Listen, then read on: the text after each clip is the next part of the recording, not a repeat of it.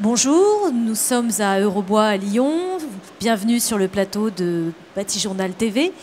Et pour cette dernière table ronde de la journée, nous allons nous intéresser au bois associé au design et à la haute technologie. Alors, le recours au design dans la création de produits bois permet de développer aujourd'hui son caractère contemporain.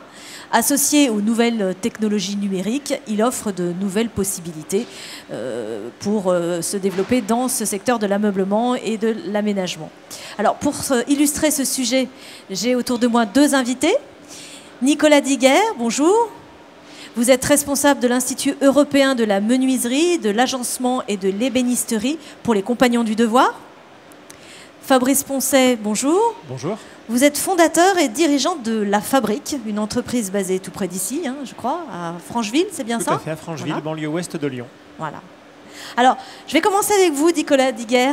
Est-ce que vous pouvez quand même d'abord nous rappeler ce qu'est l'Institut européen de la menuiserie, de l'agencement et de l'ébénisterie? Oui, bien sûr. Donc l'Institut est porté par les Compagnons du Devoir. Il y a des instituts pour pratiquement chaque métier. L'association représente environ 29 métiers. Chaque institut a 4 axes de travail: rencontre, recherche, mémoire et formation. Rencontre et recherche, c'est un petit peu ce qui est lié à un bureau de R&D dans une entreprise. La mémoire, c'est tout ce qui est capitalisation des savoirs par le biais de cours ou d'enseignements ou de livres techniques. Et puis la partie haute de l'iceberg, c'est la mise en place des formations au goût du jour pour les jeunes en formation sur le Tour de France et puis pour les salariés aussi d'entreprise par le biais de formation continue. Et combien de jeunes vous formez chaque année? Alors au sein de l'association, on forme environ 5000 jeunes en apprentissage. 15 000, on a environ un réseau de 15 000 compagnons sédentaires. Et puis pour ce qui est de la filière bois, ce sont 1500 jeunes donc, en apprentissage. 3000 compagnons sédentaires répartis dans la France et dans le monde. Et 850 jeunes en formation sur le Tour de France. Alors, parmi ces jeunes qui suivent la formation dans la filière bois, comment est-ce que le design est intégré à leur formation chez les compagnons? Comment ça se passe? Alors, on essaye d'intégrer pour tout ce qui est de formation des ébénistes, on l'intègre dès l'apprentissage. On essaye de faire au maximum des projets durant leur apprentissage en lien avec des créatifs. Ça intervient à quel moment de l'apprentissage? Quand vous dites dès l'apprentissage? Dès la première année, Plutôt que de faire entre guillemets des pièces poubelles qui ne serviront à rien, on intègre des créatifs dedans et qui vont mener ensemble un projet. Donc c'est des créatifs aussi qui sont en train d'apprendre leur futur métier de designer et du coup ça fait une belle émulsion entre les créatifs et la main d'œuvre qui est l'ébéniste. Et les créatifs, ils viennent d'où alors? Ils sont au sein des compagnons? Non, on fait des partenariats donc, avec les écoles de design, notamment l'école de design de Saint-Étienne. Alors, quelles sont les tendances justement en matière de design aujourd'hui? Qu'est-ce que vous leur enseignez? Alors, justement, toute cette partie d'enseignement étant, on est plus dans le travail ensemble, donc du coup, c'est le fait de l'esprit créatif qui va donner une émulsion et qui va, suivant un besoin spécifique du moment, créer un projet. Et puis bien sûr, on essaye de mettre le bois autour de ces travaux, puisque c'est un petit peu le cœur, le matériau de prédilection de nos métiers. D'accord. Fabrice Poncet, est-ce que vous pouvez nous présenter votre entreprise en quelques mots? Oui, tout à fait. La Fabrique, c'est une entreprise que j'ai créée avec un associé, Nicolas Autric, qui est ébéniste en 2008. Et notre projet était de produire au départ des pièces d'artistes, et puis on a élargi le champ de notre métier également à du mobilier, de l'agencement. On fait des prototypes, des scénographies. On a aujourd'hui une vingtaine de personnes dans un nouvel atelier qu'on a construit en 2015. Voilà. Alors pourquoi le bois? Qu'est-ce qui vous a attiré? Je crois que c'était une forme d'évidence. Le projet de la fabrique, c'est un projet de fabrication et de travail manuel. J'ai travaillé dans pas mal d'organisations et j'ai toujours trouvé que la culture de l'entreprise était en lien avec le matériau. Notamment, pour dire du mal, gentiment quand même, j'ai toujours trouvé que dans les métiers de la métallurgie, les relations étaient dures. Voilà. Et le bois, c'est un matériau qui est beaucoup plus doux et on aspire à créer des modes relationnels plus doux. Voilà. Mais tout aussi solide. Tout aussi solide. Voire plus. Quasiment, voilà. Alors, est-ce qu'on peut dire qu'il y a un design spécifique au bois? On peut dire que le bois répond à beaucoup d'aspirations de nos contemporains autour du design. On a besoin de retrouver des racines, on a besoin de retrouver un raccordement avec la terre, avec la vie. On a besoin de chaleur. On est dans une époque qui est un petit peu gavée de technologie aussi, donc sur tous ces aspects-là, le bois répond parfaitement. Mais ensuite, il y a des choses qui sont plus complexes à mettre en œuvre au niveau du bois. Par exemple? Il y a d'abord un travail d'éducation à faire auprès des clients, parce que les gens voudraient des meubles en bois, avec un design moderniste, très épuré, des choses très planes, etc. Mais c'est des choses qu'on ne peut pas faire. C'est-à-dire que si nos anciens mettaient des cadres sur les portes des armoires des grands-mères, il y avait bien une raison, avec des panneaux. C'est bien parce qu'il fallait que le bois puisse bouger et qu'il y ait des mouvements qui puissent se passer. Si aujourd'hui on veut faire des meubles de style très contemporain, très épuré, complètement plan, etc., avec du bois massif, on a beaucoup de difficultés. Dès que la clim est trop forte, la porte va tuiler, etc. Donc on utilise des panneaux qui sont des produits industriels. Et ces panneaux eux-mêmes posent plein de questions, dont la plus importante de mon point de vue est celle de la qualité de l'air intérieur, puisque pour faire un panneau, il faut de la colle. Et plus on va avoir de colle, et plus on va avoir des produits qui se répandent dans l'atmosphère.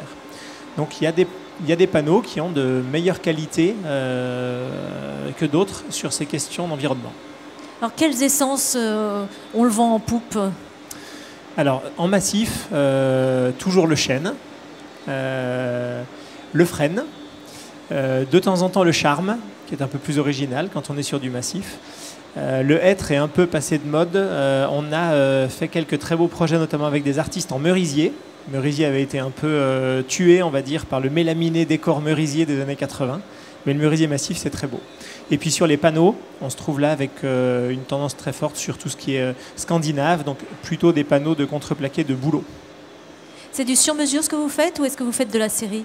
À la fabrique, on ne fabrique comme je le disais, que des pièces sur mesure, des projets sur mesure qui peuvent aller de 500 € à 300 000 €.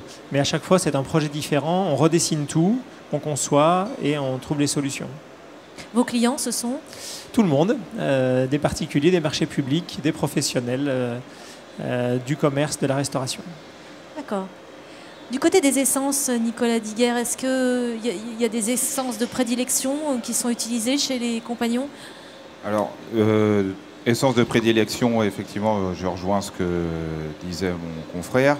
Nous, on essaye dans la majorité d'utiliser les bois locaux, donc pour un peu dans la même optique de l'environnement. Après, nous, on a une entité plus au niveau de la formation, donc tout ce qui est création ou justement vente, c'est plus au niveau des entreprises. Donc j'ai envie de dire, des fois, c'est le client un petit peu qui décide, mais je rejoins ce que disait mon confrère, c'est qu'il faut aussi le client lui expliquer qu'effectivement le bois travaille et donc il y a des choses qui peuvent être faites, mais d'autres un peu plus spécifiquement difficiles. Donc la sensibilisation du client, c'est important. Oui, bien sûr. Et dans les formations, est-ce que vous parliez de créatif et de comment on peut dire, de l'artisan finalement. Il y a le côté technique et le côté créatif. Est-ce que ça se marie bien? Comment est-ce qu'on arrive à associer tout ça dans une formation?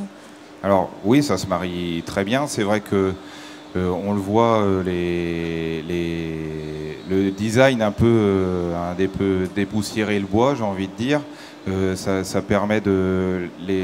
a permis aux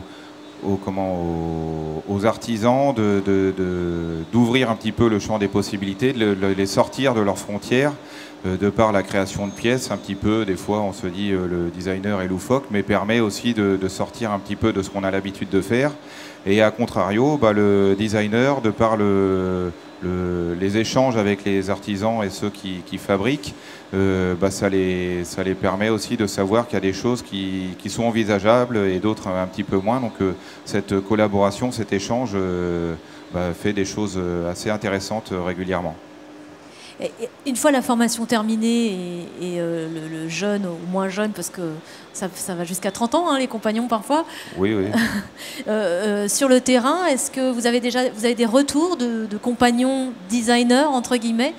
Alors, oui, on a des compagnons qui se sont justement plus orientés vers ce secteur-là. On a des compagnons designers, effectivement. On a des compagnons dans les cabinets d'architectes aussi, qui justement sont passés un petit peu de la frontière créative. Et bien souvent, justement, étant donné qu'ils connaissent le métier, la base du métier, souvent c'est des relations qui sont appréciées par les donneurs d'ordre, parce que ce qui est conçu, ce qui est fait, ce qui est proposé est fabricable, quoi. Chez vous, à la fabrique, c'est pareil, il y a les créatifs et les exécutifs, c'est pas très joli comme nous. Alors, les artisans. Dans notre modèle, nous travaillons toujours avec des prescripteurs qui eux-mêmes sont les créateurs. Donc ça va être des designers, ça va être des architectes d'intérieur, des scénographes, des plasticiens. Nous, notre travail, c'est d'assurer la conception technique et ensuite la réalisation. Alors on a ce dialogue. On peut rencontrer des designers qui ont une forte compétence technique de par leur formation. Et on va avoir des plans qui ne seront pas très loin de plans d'exécution qu'on va réaliser après. Et puis quand on travaille avec un artiste, ça peut être un peu plus poétique. Et à nous de faire un travail d'interprétation. En tout cas, nous, on aime ce dialogue avec les créateurs pour faire en sorte que dans le respect de leur création, on aboutisse à quelque chose qui soit fabricable, pérenne. Et c'est un travail qu'on apprécie. Vous parliez tout à l'heure de l'aspect environnemental qui est pris en compte dans votre atelier, et notamment avec des produits où il y a les cols. Comment vous faites justement? Vous essayez de remplacer les cols par autre chose? Sur ce sujet, le plus important, je crois, c'est de dire qu'il n'y a aucune solution parfaite. Toutes les activités humaines ont un impact, donc l'idée c'est d'être en chemin et de chercher les solutions qui conviennent le mieux. Donc nous, sur le plan il y a 3 axes de travail. Le premier, c'est l'origine des produits. Donc nous, on travaille que des bois de pays. On connaît la Syrie, etc. D'ailleurs, j'en profite. La traçabilité, vous la connaissez. Exactement. J'en profite pour faire la publicité aussi du robinier faux acacia, qui est une essence européenne complètement imputrescible, qui peut éviter d'utiliser des bois exotiques pour faire du mobilier extérieur. Voilà, pour les terrasses aussi, d'ailleurs. Voilà. Ensuite, il y a l'origine des panneaux. Là, on est sur un marché qui est plutôt avec des acteurs mondiaux. Donc, on essaye de sourcer, de voir d'où viennent les panneaux. Le peuplier vient du nord de l'Italie, le hêtre vient de France, les 3 plis de résineux vont venir plutôt d'Autriche, le bouleau va venir de Scandinavie ou de Russie. Donc, il y a l'origine des panneaux. Le deuxième sujet, c'est celui de la qualité de l'air intérieur, effectivement. Et donc, on cherche à proposer les panneaux les moins polluants, qui ne sont pas toujours les moins chers. Donc, c'est un dialogue avec le client. On travaille principalement à la colle blanche. Il nous arrive aussi d'utiliser de la néoprène. On ne peut pas faire croire qu'on n'utilise jamais de produits avec des solvants. Et ensuite, sur les produits de finition, vous savez que l'ameublement en France, c'est quand même un petit marché par rapport notamment aux bâtiments. Et j'aime prendre cette comparaison parce qu'il y a eu des progrès très importants sur la qualité des peintures en termes de pollution de l'air intérieur. Et sur les produits de vernis et de finition pour les bois, on a quand même assez peu de progrès. Alors, on a quelques produits, on a quelques marques qui proposent des solutions, mais on n'a pas toujours la résistance suffisante et on est aussi amené à utiliser régulièrement des vernis polyuréthane qui ne sont pas forcément les moins polluants, mais qui sont nécessaires parce qu'on n'a pas d'alternative. Le dernier point, c'est les déchets.